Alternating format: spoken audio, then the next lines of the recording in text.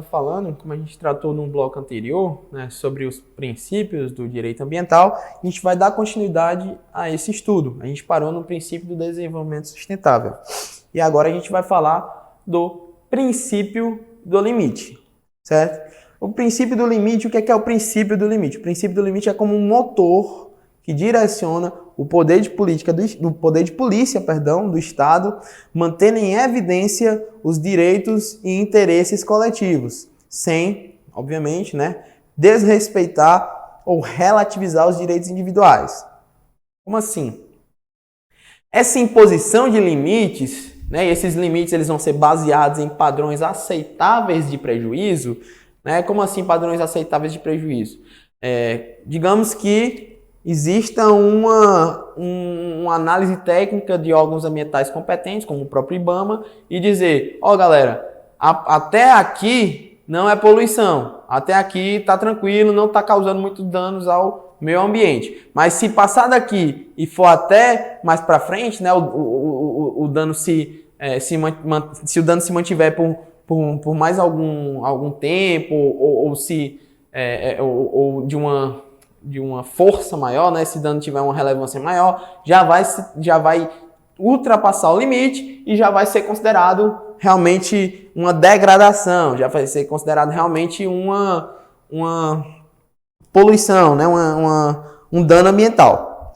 E aí esses limites, como eu falei, são baseados em padrões aceitáveis de prejuízo, e eles são, essa imposição desses limites é importantíssima para se estabelecer o limiar de atuação do poder público. Ou seja, passou do limite, o poder público tem não apenas o direito, como o dever de fazer valer o seu poder de polícia ambiental, para intervir naquele dano, após, obviamente, extrapolar o limite previamente estabelecido.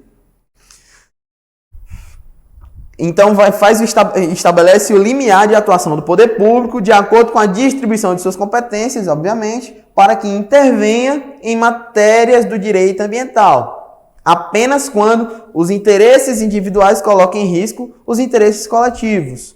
Ou seja, esse princípio do limite ele vai ser mais uma maneira de tentar evitar o uso antissocial dos direitos individuais. O poder de polícia ambiental, à luz do princípio do limite, ele tem como características a discricionariedade, a autoexecutoriedade e a coercibilidade. A discricionariedade se trata de uma faculdade de poder público poder, por conta própria, fazer alguma coisa, exercer esse seu poder de polícia em casos de ultrapassar, de se ultrapassar, de se extrapolar esse limite, esse padrão de qualidade previamente imposto. A autoexecutoriedade, por sua vez, indica que o poder público tem o direito de atuar, de fazer valer o seu poder de polícia, sem precisar de uma decisão judicial prévia, autorizando esse exercício. E a coercibilidade, ela diz respeito à faculdade que o poder público tem de se utilizar de medidas coercitivas para que se evite aquele dano, para que se evite essa extrapolação dos limites, inclusive por meio de multa, seja qual for. Para finalizar os princípios, a gente tem o princípio democrático.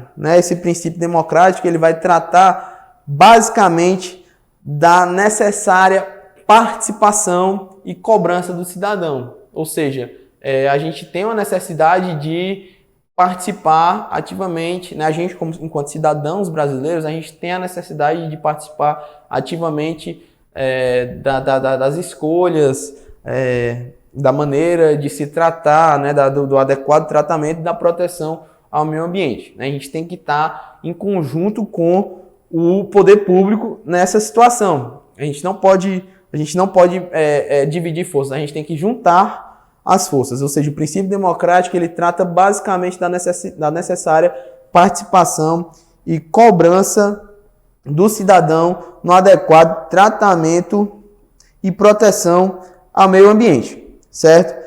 A conscientização pública e a educação ambiental também fazem parte, são aspectos importantíssimos nessa ideia do princípio democrático.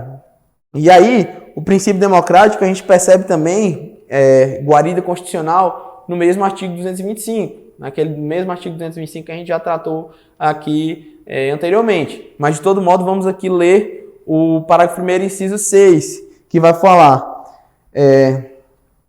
para assegurar a efetividade desse direito, incumbe ao poder público promover a educação ambiental em todos os níveis de ensino e a conscientização pública para a preservação do meio ambiente. Ou seja, aqui se faz necessária essa conscientização pública mediante a educação ambiental para que a população entenda que o meio ambiente, né, o tratamento adequado ao meio ambiente também é um assunto de importância, também é um assunto que deve conter a participação popular, certo?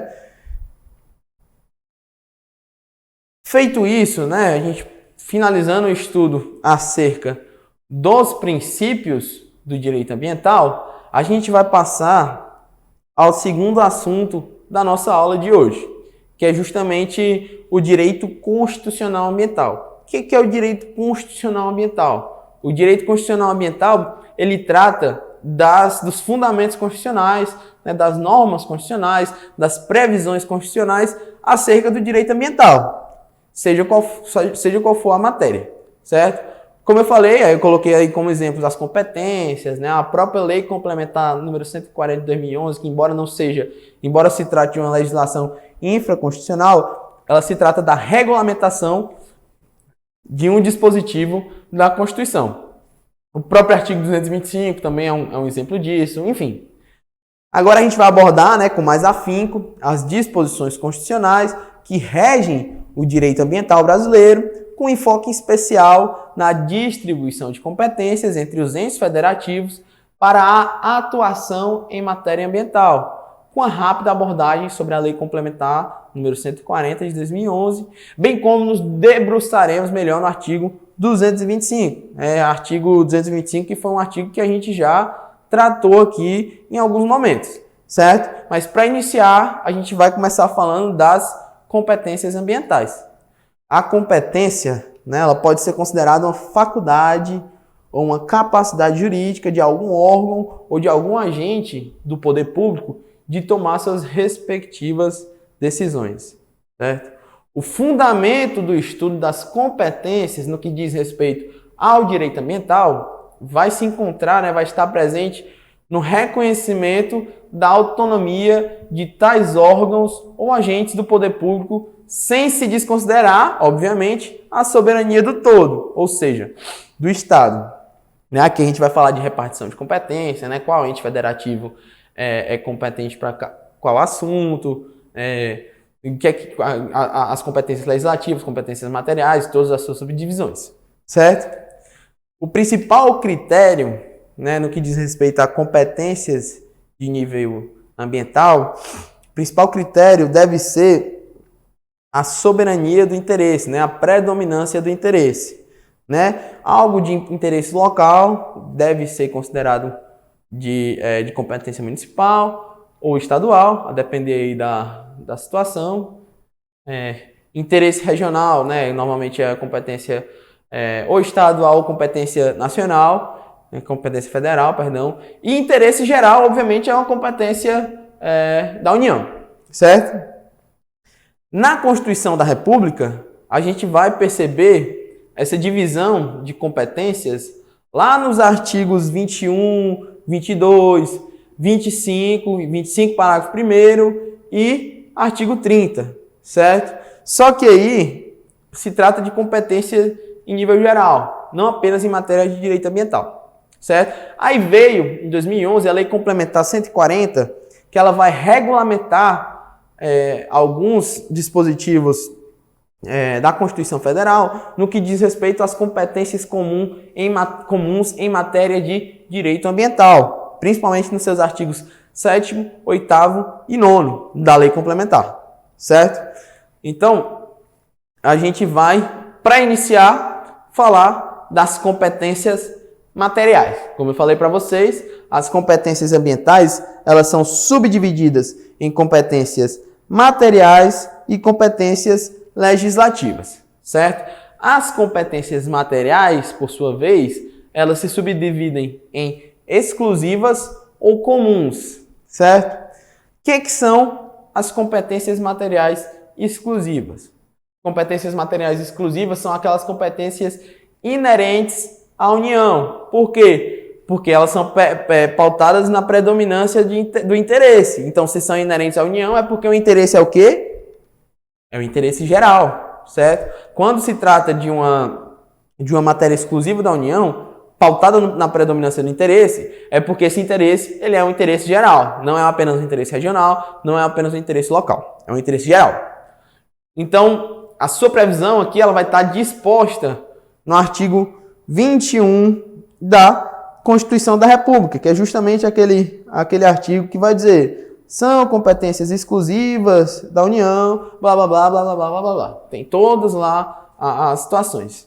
Que, obviamente, a gente não vai ter como ver de uma por uma aqui, até porque nem todas elas mencionam situações de direito ambiental. A gente vai tratar com um pouquinho mais de atenção a Lei Complementar 140/2011, certo? Além das competências materiais exclusivas, a gente tem as competências materiais comuns, que são justamente as competências que dizem respeito àquelas em que se pode observar uma participação conjunta dos entes federativos, dos municípios, dos estados, do Distrito Federal e da União. Aí, de acordo com o artigo 23 da Constituição da República, certo? E aí justamente vai ser essa competência material comum, que vai ser uma dos objetos de regulamentação mediante a Lei Complementar 140/2011, que a gente vai analisar já com um pouquinho mais de afinco. Quanto às competências legislativas, essas competências elas se subdividem, por sua vez, em privativas, concorrentes, suplementares ou exclusivas, certo? As competências privativas, elas estão lá no artigo 22 da Constituição da República. Eu sugiro que vocês deem uma olhada em todos esses artigos que a gente está mencionando aqui, certo? Embora eu não tenha trazido aqui a baila, por quê? Porque, primeiro, por questões de tempo, e segundo, porque são de importância, digamos, secundária, né, para os nossos estudos. Vamos deixar para ter um pouquinho mais de atenção para a lei complementar, que trata exclusivamente de matéria de cunho ambiental, certo? Então, as competências privativas estão lá no artigo 22 da Constituição da República e tratam da competência da União para legislar sobre águas, energia, jazidas, minas e outros recursos minerais, populações indígenas, atividades nucleares de qualquer natureza, certo?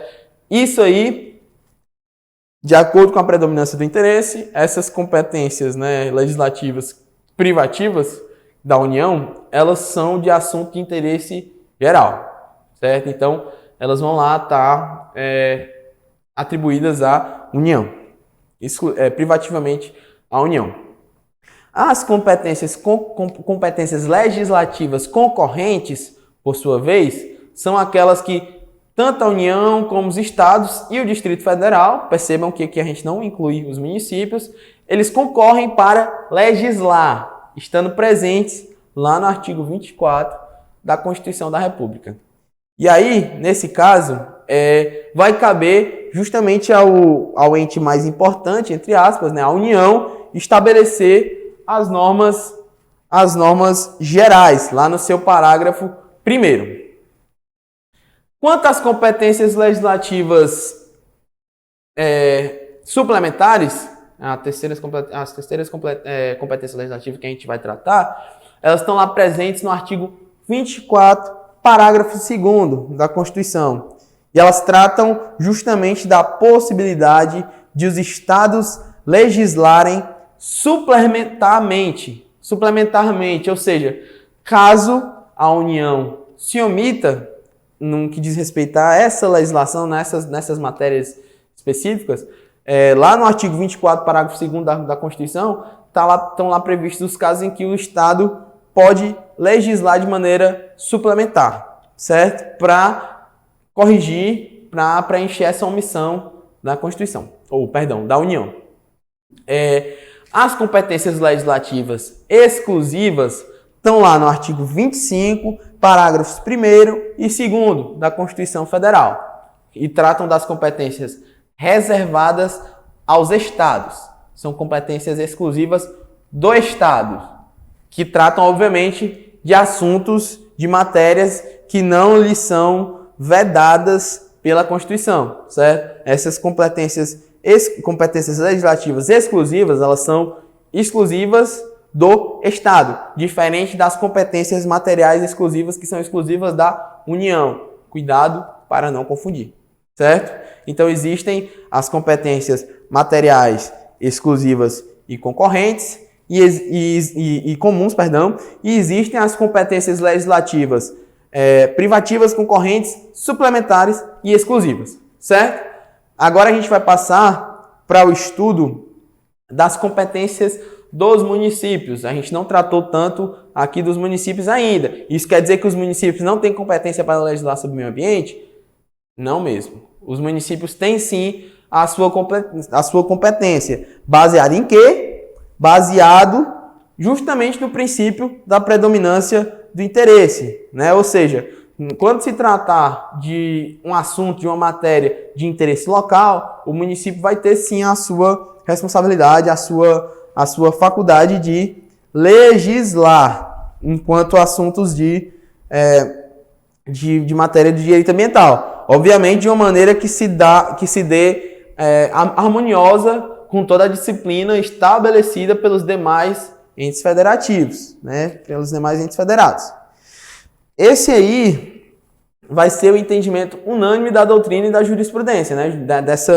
Dessa capacidade, dessa faculdade de os municípios legislarem acerca de assuntos de interesse local. Isso aí é um entendimento unânime da doutrina e da jurisprudência no que diz em que eles posicionam o meio ambiente na leitura do artigo 30, incisos 1, 2, 5, 8 e 9 da Constituição da República. Embora, obviamente, não haja lá na Constituição uma menção expressa a essa capacidade, nessa competência legislativa dos municípios. Isso aqui é algo doutrinário e jurisprudencial, certo? Para seguir adiante nos nossos estudos, a gente passa então a análise da Lei Complementar número 140 de 2011. Para a gente iniciar, a gente fala que o parágrafo único do artigo 23 da Constituição dispõe que leis complementares fixarão normas para a cooperação entre a União e os Estados, o Distrito Federal e os municípios, tendo em vista o equilíbrio do desenvolvimento e do bem-estar em âmbito nacional. E aí, galera, a Constituição, a gente sabe que ela foi de 1988, mas até 9 anos atrás, até 2011, não havia essa lei complementar se incumbindo de regulamentar, de fixar as normas de cooperação entre a União, os Estados e o Distrito Federal e os municípios em matéria de direito ambiental. E aí veio a Lei Complementar 140 de 2011 para suprir essa necessidade, certo? A Lei Complementar 140, ela fixa as normas para cooperação entre a União, os Estados, o Distrito Federal e os municípios nas ações administrativas decorrentes do exercício da competência comum relativas à proteção das paisagens naturais notáveis e do meio ambiente, ao combate à poluição e à preservação das florestas, da fauna e da flora, alterando também a Lei 6938/81. Ou seja, minha gente, a Lei Complementar 140, ela vem aí para suprir uma necessidade que já foi apontada lá na Constituição Federal, certo? Conforme a gente mencionou aqui, né, no artigo 23, parágrafo único, certo? Então a Lei Complementar ela vem para essa função, tratando de matérias de competência comum, no que diz respeito ao direito ambiental, competência comum entre os entes federativos, né? Estados, municípios, União e Distrito Federal. Então a gente vê, por meio dessa lei complementar, como é que a situação fica mais especificada, digamos assim. E aí a gente vai analisar alguns dos principais dispositivos dessa lei complementar. Eu trouxe aqui, por exemplo, os artigos 7º, 8º, 9º e 10, que fixaram, né, a maneira como se dá a atuação administrativa de cada ente federativo no licenciamento, na autorização de supressão de vegetação, no controle de atividade pesqueira que envolvam a fauna silvestre, e outras ações que podem sofrer o controle do poder público. Mais uma vez eu digo, não vale tanto a pena a gente pegar aqui, ler artigo por artigo, dispositivo por dispositivo, porque às vezes fica sendo algo muito extenso e aí a gente acaba não dando tanta atenção para os assuntos que mais interessam. Mas não deixe de pegar aí seu vade-mecum, colocar lá na Lei Complementar 140 de 2011 e acompanhar essa aula com a leitura, né, com o vade-mecum aberto aqui do lado, para a gente poder, você dar uma pausinha no vídeo e dar uma olhada no que diz esses artigos que eu estou mencionando. Lá no artigo 17, por sua vez, a lei complementar estabelece que cabe ao mesmo órgão que procedeu ao licenciamento, né, a autorização, a fiscalização e lavratura de auto de infração, se for o caso. Se houver realmente uma necessidade, né, de lavratura de auto de infração por causa de alguma irregularidade percebida mediante a fiscalização daquele órgão ambiental, vai ser justamente o órgão ambiental que procedeu ao licenciamento, né, que deu a autorização, que vai ser o responsável, que vai ser o competente para lavrar esse auto de infração e pela fiscalização, certo? Também vai regulamentar, né, a lei complementar também vai regulamentar a atuação específica e a atuação complementar, bem como a substituição e participação de órgãos ambientais nas suas competências e também a possibilidade de delegação de competência, né? Dentre outras variadas importâncias da Lei Complementar 140, a gente trata aí a delegação de competência, a atuação específica, a atuação complementar dos órgãos ambientais dos mais diversos entes federativos, a substituição e participação dos órgãos ambientais, enfim, a gente tem toda uma seara de atribuições, de características que a Lei Complementar 140 vai nos fornecer.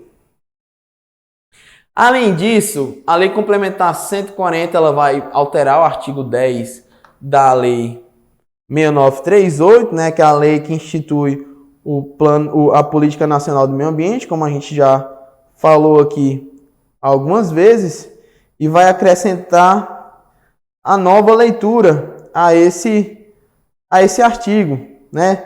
O artigo 10 que trata da construção, instalação, ampliação e funcionamento de estabelecimentos e atividades utilizadores de recursos ambientais, efetiva ou potencialmente poluidores ou capazes, sob qualquer forma, de causar degradação ambiental, dependerão de prévio licenciamento ambiental. Aí tem lá, no nosso vade-mecum, tem lá embaixo a observação, né? Redação dada pela Lei Complementar número 140/2011. E aí, automaticamente, também vai revogar todas as normas infralegais que estavam servindo para distribuição de competências. Por quê? O que é que acontecia? Como não havia ainda essa regulamentação mediante a lei complementar, conforme previa lá a Constituição, como o Legislativo ainda não tinha se incumbido de realizar ou de legislar sobre essa determinada situação, a gente via várias maneiras de tentar preencher essa omissão, né? Algumas medidas paliativas que acabavam tornando a situação extremamente delicada e acabavam, obviamente, sobrecarregando o judiciário, né? Porque tudo isso aí acabava sendo passado ao judiciário para o judiciário decidir acerca da competência de qual ente federativo para cada situação. E aí, obviamente, com a advinda da Lei Complementar 140 de 2011, essa situação mudou, né? A gente finalmente teve uma regulamentação, e essa regulamentação, por óbvio, revogou todas as normas infralegais, né? Essas normas que estavam sendo sendo utilizadas de maneira indevida, né? Porque elas estavam tentando preencher o espaço vazio que foi finalmente preenchido pela Lei Complementar 140. Finalizando o estudo acerca da Lei Complementar 140, a gente passa a análise mais minuciosa do artigo 225 da Constituição Federal, artigo que a gente já chegou a abordar aqui algumas vezes durante a nossa aula. Mas agora a gente vai pegar ele, ler o caput, entender inciso por inciso, ou parágrafo por parágrafo. O artigo 225, né, lá no caput, a gente vê a regra matriz. O que é a regra matriz? É a regra principal, né, a sede desse instituto constitucional que trata a respeito do direito ambiental. O que é que diz o artigo 225, como a gente já viu hoje? Todos têm direito ao meio ambiente ecologicamente equilibrado, bem de uso comum do povo e essencial à sadia qualidade de vida, impondo-se ao poder público e à coletividade o dever de defendê-lo e preservá-lo para as presentes e futuras gerações, certo? Aqui a gente vê, não foi novidade nenhuma ainda, não foi nenhuma novidade para a gente, porque a gente já analisou esse artigo 225 na parte lá dos princípios do direito ambiental. Mas agora a gente vai passar a uma análise um pouquinho mais minuciosa, certo? No caput, a gente nota uma aproximação com alguns dos princípios abordados anteriormente. Não apenas com o princípio do desenvolvimento sustentável, né, como a gente de cara já percebe, mas também com o princípio do direito humano fundamental. Perdão. Quando fala meio ambiente ecologicamente equilibrado como um direito de todos, né, essencial à sadia qualidade de vida do homem, né?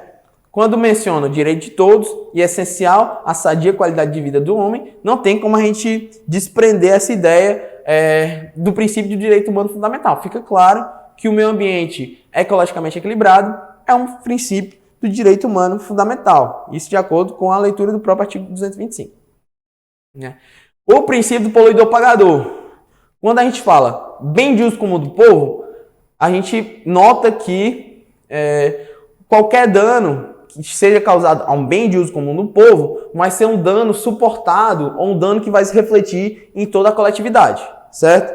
Então, realmente a coletividade que deve pagar pelos danos causados por particulares, né? A gente pergunta isso.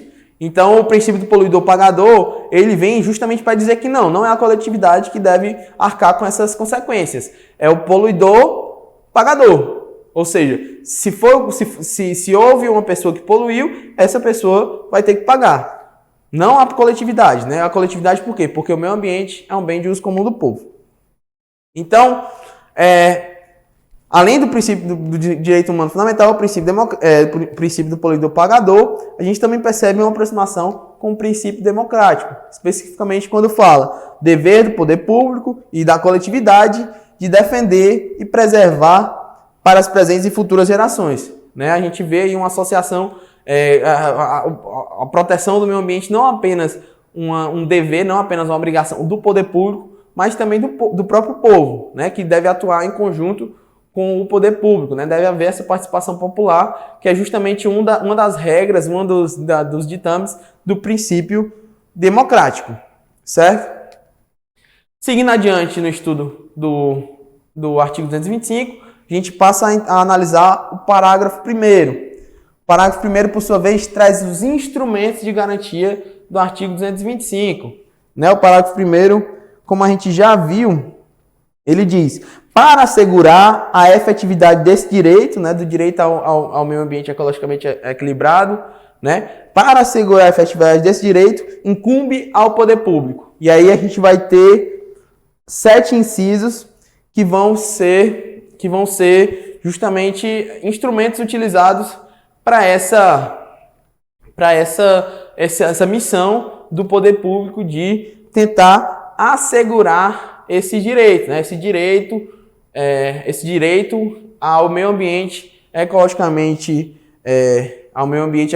preservado como um bem de uso comum do povo, essencial à sadia qualidade de vida da população. certo? Para a gente passar a análise mais minuciosa desses instrumentos, eu peço um pouquinho da paciência de vocês para a gente iniciar no próximo bloco.